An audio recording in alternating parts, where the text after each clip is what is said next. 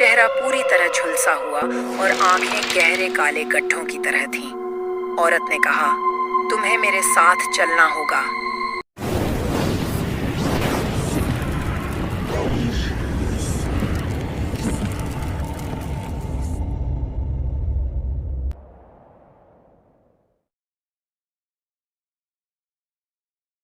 कोहरे से ढकी रात का अपना अलग ही डर होता है। हर चीज धुंधली और रहस्यमयी लगती है। यही डरावनी रात थी जब रमेश को अपने दोस्त के घर से लौटना पड़ा। गांव से कुछ दूरी पर बसे जंगल के रास्ते से होकर वह घर वापस जा रहा था। यह जंगल अपने डरावने किस्सों के लिए मशहूर था। कहते हैं यहाँ कई लोगों ने अजीब घटनाओं का सामना किया है। रमेश के पास केवल एक टॉर्च थी जिसकी रोशनी कोहरा छांटने में नाकाम हो रही थी। ठंडी हवा में सरसराहट के साथ पत्तों की आवाज और घने पेड़ों के बीच से आती रहस्यमयी आवाजें माहौल को और भयावह बना रही थी। रमेश ने सोचा कि जल्दी चलना सही रहेगा, लेकिन कुछ दूर चलने के बाद उसे ऐसा लगा जैसे कोई उसके पीछे पीछे चल रहा है। उसने रुककर पीछे देखा, पर कुछ नहीं था। फिर वह तेजी से चलने लगा, लेकिन हर बार उसे ऐसा ही महसूस हो रहा था। आगे बढ़ते बढ़ते उसे दूर एक धुंधली आकृति दिखाई दी। वह सोचने लगा कि इस वक्त यहाँ कौन हो सकता है।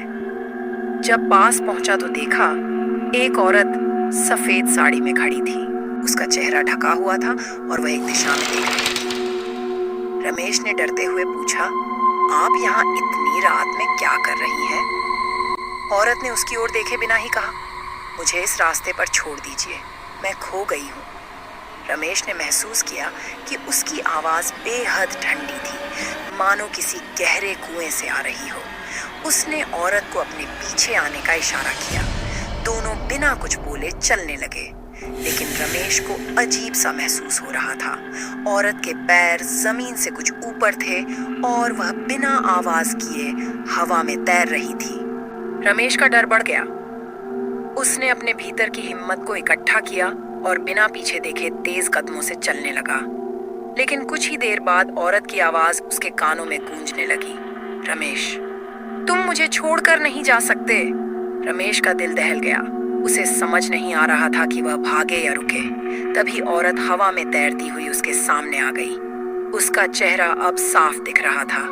चेहरा पूरी तरह झुलसा हुआ और आंखें गहरे काले गड्ढों की तरह थीं। औरत ने कहा, तुम्हें मेरे साथ चलना होगा। रमेश चीखते हुए पीछे हटने लगा।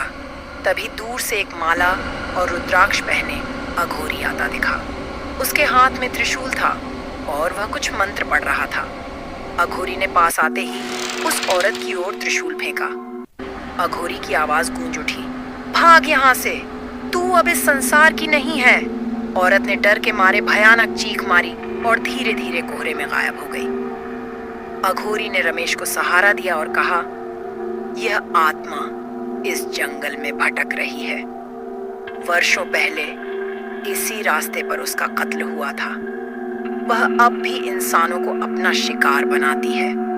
तुमने अपनी हिम्मत और मेरी मदद से अपनी जान बचा ली। रमेश ने अघोरी का धन्यवाद किया और फिर जल्दी से गांव लौट आया। उस रात के बाद रमेश ने उस जंगल के रास्ते पर कभी कदम नहीं रखा।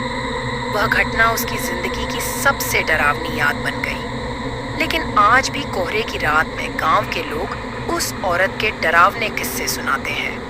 कहते हैं वह आत्मा आज भी उस रास्ते पर भटकती है, किसी नए शिकार की तलाश में।